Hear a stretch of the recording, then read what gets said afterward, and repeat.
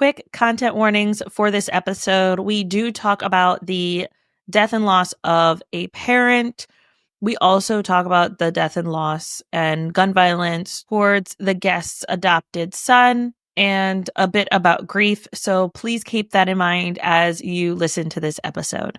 Podcast guesting is an incredible way to grow your audience, but also hone in on your skills and your topics as someone who wants to talk about things in the world. Today's guest, Rhonda, shares about her experience getting into podcast guesting and how it was started by her publisher telling her that she needed to be on some podcasts, and then realizing that she had so much more to talk about, so much more of topics that were interesting to her to share with audiences, and how she was able to expand and use a tool like Podmatch to grow her audience, to grow her network, and connect with people who cared about similar things as her. Please join me in welcoming Rhonda to the podcast.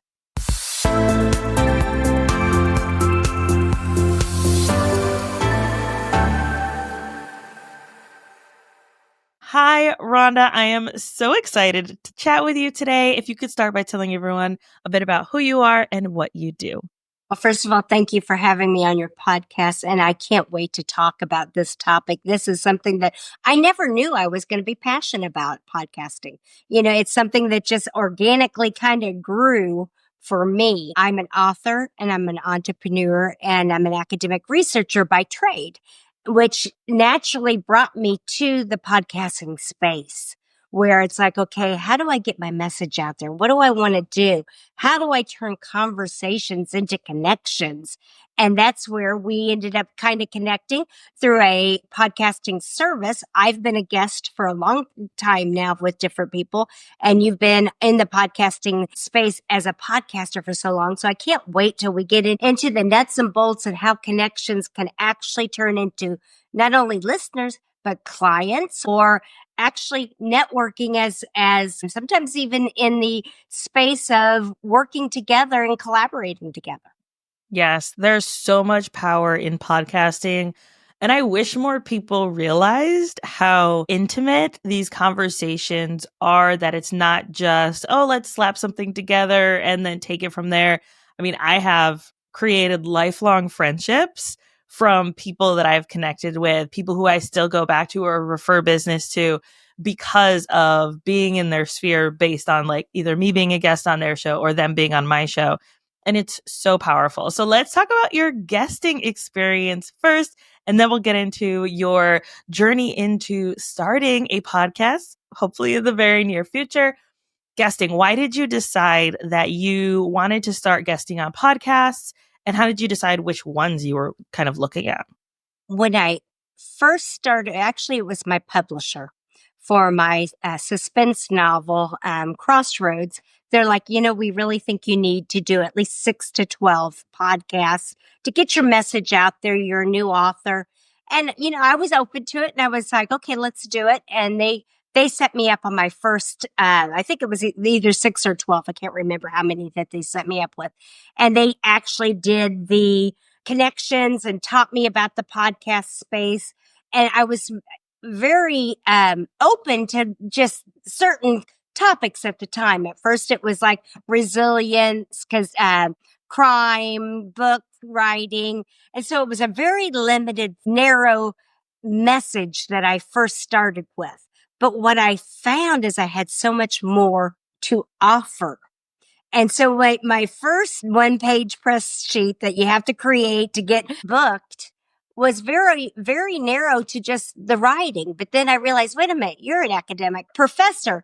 You've had life experience. And it slowly started to grow to where once those 12 were done, it was like, okay, I need to continue to make and transform the audience into advocates of not only my books and my, workbooks and my consulting, but also into the messages that I felt passionate about for the world today. I love that so much. And I love that you were kind of like pushed into it, because I think that if more people realized how powerful it is, they would do it more. Even podcast hosts, I am always telling podcast hosts the number one way to grow your show is to be a guest on other people's podcasts. You're going to capture that audience a lot better, a lot quicker than you would if you are just throwing content up on social media and hoping that those there for a dopamine hit will find you and then decide to listen to your podcast. And it's not likely that they will, sadly. But that's just where we are on social media and trying to promote yourself over there. So finding spaces where people are really tuned in to the content, they're there for a specific reason. Being able to connect with the listener in that way, I think really creates a deeper and more lasting impact and can allow you to then grow your show. Exactly, because you're building a business of relationships that way. You've narrowed yourself down to a message, but your listeners, your audience, your followers that will someday want to hear more about what you're talking about. Like today, we're talking about podcasting. All those people out there listening, thinking about, do I want to start one or do I want to be a guest? They're getting little tips and traits about how to do that through your podcast. And it's a specialized message then that people can follow and get what they need so that they know what they're doing. Yeah, it's so important. And I could even speak to some of the positive things that have happened. So I had someone reach out to me. I want to say it was in March or April. And they had said to me, I've been listening to your podcast for the last 4 months. I went on a 12-hour road trip and I just binge listened to a ton of your episodes. And I launched my podcast last week. And I was like, that is so incredible. Like, I was so excited that my little corner of the universe, right, was able to allow someone else to speak their voice, to get their message out there, to create something that they were maybe hesitant to do before. There is so much power in being in someone's ear and being able to make a positive impact on them. Well, and look what you did. You not only provided yourself growth, but you also instilled purposeful growth to somebody else. And that's what's so amazing about the podcasting space is it has a power to transform people's processes, the way they think, their mindset, whatever it is that they're longing for or needing in their own lives and their professional development. Yeah, so powerful. You mentioned Podmatch.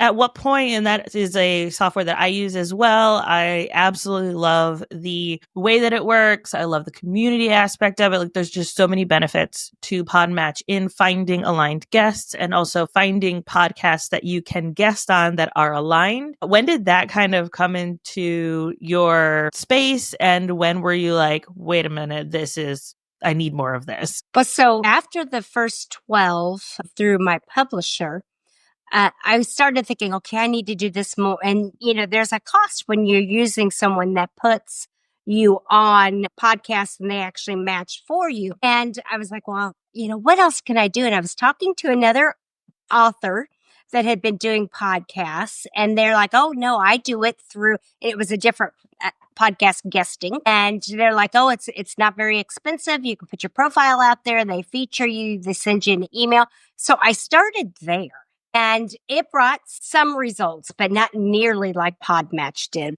It's my primary go-to because it matches you every 4 hours with 3 people that are looking for guests, or in the podcaster space, guests that are looking for spots. And it helps you share your calendars and it makes it so easy. And then when I realized that this was such an easy way of networking with other like-minded people, it allowed me to really focus in on what is my message. Yeah. That's so interesting too, because if you're not clear on your goals when you're guesting, you get to the end and they're like, oh, well, thank you so much. Where can people find you? And then a lot of people in like listening to podcasts, a lot of people will rat off, here are 15 places that I like to hang out. And it's like, oh no, no. Clear goals. What is 1 to 3 max places that we want to send them where they can get to know you, get to like you, get to trust you? If you already have a podcast, they're already on their podcast player listening to you. Tell them to go listen to your podcast, right? Like there's Mhm. so much value in that. And I mean, we've seen clients double and then quadruple their numbers from being on other podcasts and saying, you're listening here, go listen to my show. And Right. they're able to do that. It's so powerful. And you create episodes that way that address a solution and a problem setting environment. So for me, I use a lot of times in my call to action the target pain point for my audience. I am a person of resilience. I am a person of empathy. I am a person that offers you a solution to the fact that you don't feel like getting out of bed because you've had some kind of life trauma, because that is my experience in life. And I can offer solutions that way through the entertainment of suspense fiction, where you see that everybody else have like problems, and then take it into a self-help book. And the podcast helps navigate that discussion. What is your pain? Is it a death of a loved one? Is it a divorce? Is it financial problems? What is that pain to purpose? You need to take that pain and bring it to purpose. And when you can do that, you're leveraging not only your show notes, but you're leveraging an SEO friendly environment, because you can say divorce, finances, whatever it might be that message is. Yes. Especially when the podcaster does take time to make sure those show notes are very SEO friendly, right? We want to make sure that we do that as hosts. It can be really powerful for the guests to be found, right? And then if someone is looking as you as an author, if someone's looking for your name, then those podcast episodes show up. They can learn more about you as a person. I know I'm an avid reader. I love listening to podcast episodes with some of my favorite authors, where I can then go in and like get to know them more, kind of one-sided fangirl over them in my head. Like there's a lot of power for authors to get on podcasts and to use it as a way to connect with their audience on a deeper level. It's incredible. And when you think about it, when you start as a guest, it allows you to grow organically, but it also allows you to learn about all the tools that are available, how to take a podcast and make it social media posts out of it, make it good, solid content. And your goal as a guest is to make that podcast that you were on that graced you with the guesting look good too. So you realize then all of a sudden that this network focuses not only on self, but it's an active listening process for both parties. Let's move into your podcast launching thing, like strategy, what that's kind of looking like.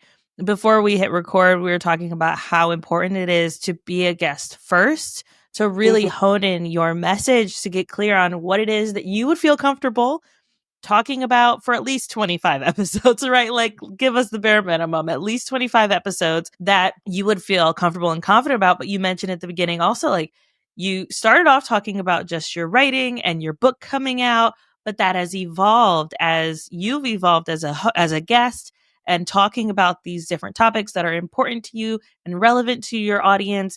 And so how has that journey helped you in kind of navigating in making a decision? And I know you haven't made decisions across the board yet for the podcast, but as you've kind of navigated that, what does that kind of look like for you? Well, what I have learned about podcast guesting is very similar to my writing. Is it allowed me almost like journal Mm. and reflect on my life. And what I have to offer is what the domino effect of trauma is. Because in my life, I've experienced all kinds, especially as a woman, all kinds of trauma. And so I have found that encompasses resilience, adaptability. It's actually honed in my skills for writing because, I've used that in my suspense novels. So I have found that is the space that I'm working on. Is it going to be crime oriented? I think it's more going to be on the effects on individuals, families, etc., that have gone through some kind of trauma. It could be, domestic abuse. It could be the death of a loved one. Like I said, my adopted son was shot killed at work. I've cared for two elderly parents that had fairly tragic deaths, one from emphysema and another one from breast cancer. All of these. And then, being a woman, I've survived, assault before.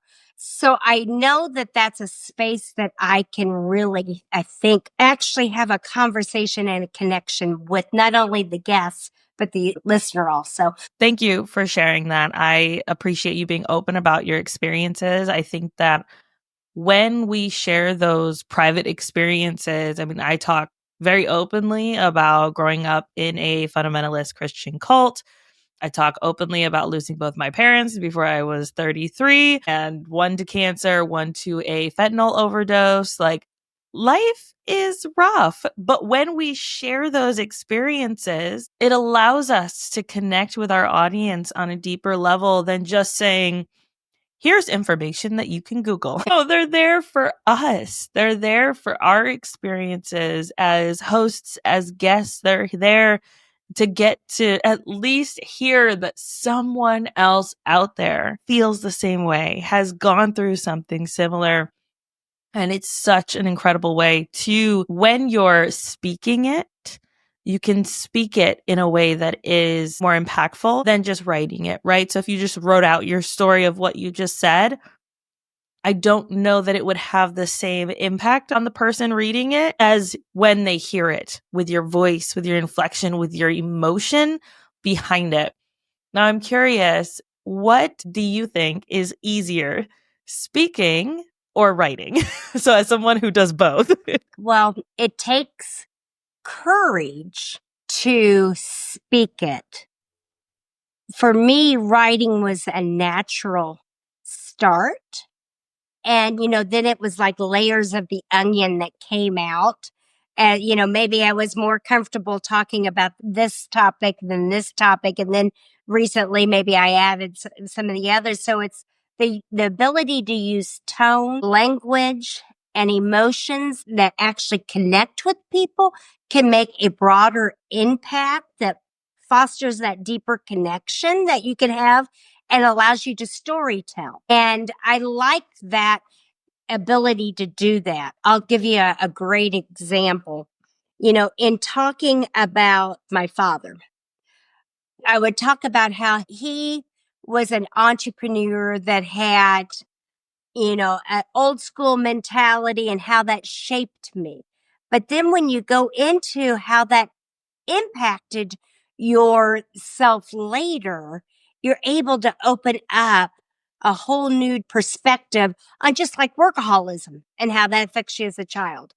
But then you take another more emotional piece, for instance, the shooting of my adopted son. When I tell that story, I realize that I almost live it. And that if anybody is out there that's going through the same trauma, I have little tidbits that I can tell them that helped me survive the news. And it goes from the knock on the door from the police to tell you that they're dead, to me finding a crack in the wall that I'd never noticed before from the shaping of your house foundation and following it all the way to the ceiling. And then realizing and hearing a voice saying it's going to be okay. And then realizing that I became like a child and started in my head thinking about these little jingles that we hear during this Christmas time. Frosty the Snowman and Rudolph the Red-Nosed Reindeer. And you're sitting there saying, put one foot in front of the other. And I realized that that was me gathering my sanity and then being able to walk through. So that's very different than writing a drama oriented scene where something's happened to somebody. Yes. Grief, I think, is to like side tangent here. I heard someone talk about grief in this way that is, I think, really interesting in that they said, and I can't quote who it was, so I apologize for that, but they said that grief is the loneliest universal experience. Mm-hmm. Oh, definitely. And it's like you go through it alone. And I can remember, and when I share this story, people are like, if they've lost someone that they loved and was dear to them, they are like, yeah, I know exactly that feeling of driving to the grocery store. And I think it was maybe 2 or 3 weeks after my mom had passed, and me feeling like, how is the world still turning? Mm-hmm. How is everybody just going on? Like, I didn't just lose the number one person in my life. Like, I didn't lose someone so important to me. How is the world still moving forward? And anyone who's lost someone is like, I know that feeling. Yes. And I can remember like calling my sister right after the death of my son, and she was getting ready to go to a baseball game for one of my niece's kids or something. And I'm like shocked, had to pull over into a church parking lot because it's like, okay, you're going to a game and I'm dying, Yeah. and that's how I felt. But you know what I found though, and what we can do in the podcast space is we can provide that network. I found that every time I felt that way, I would run into some kind of, it didn't matter whether it was Christian. It didn't matter if it was Muslim. It didn't matter if it was Buddhist. It didn't matter whoever it was, it could have been a social service, organization and had me filling out paperwork, having hands laid on me, having me on mats, all kinds of ways of creating intentionality into surviving. Yeah. Yeah. Cause we're here still and we gotta figure it out. Right. I mean, even I was a newer mom at the time.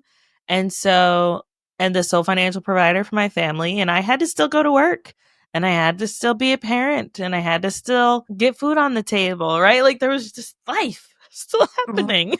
You still have to go on, but see, that's where that call to action for your listeners really can take hold and create a connection with your followers. So Mhm. that's why it's so important that when you're going into a podcast space as a guest and or a podcaster, that before that camera comes on, what is your purpose? Mhm. What is the message? And for us today, it's leveraging the podcast to bring something of growth. And it could be followers, it could be connections, it could be financial gain, it could be getting a client, whatever that is, because podcasting is a wide range.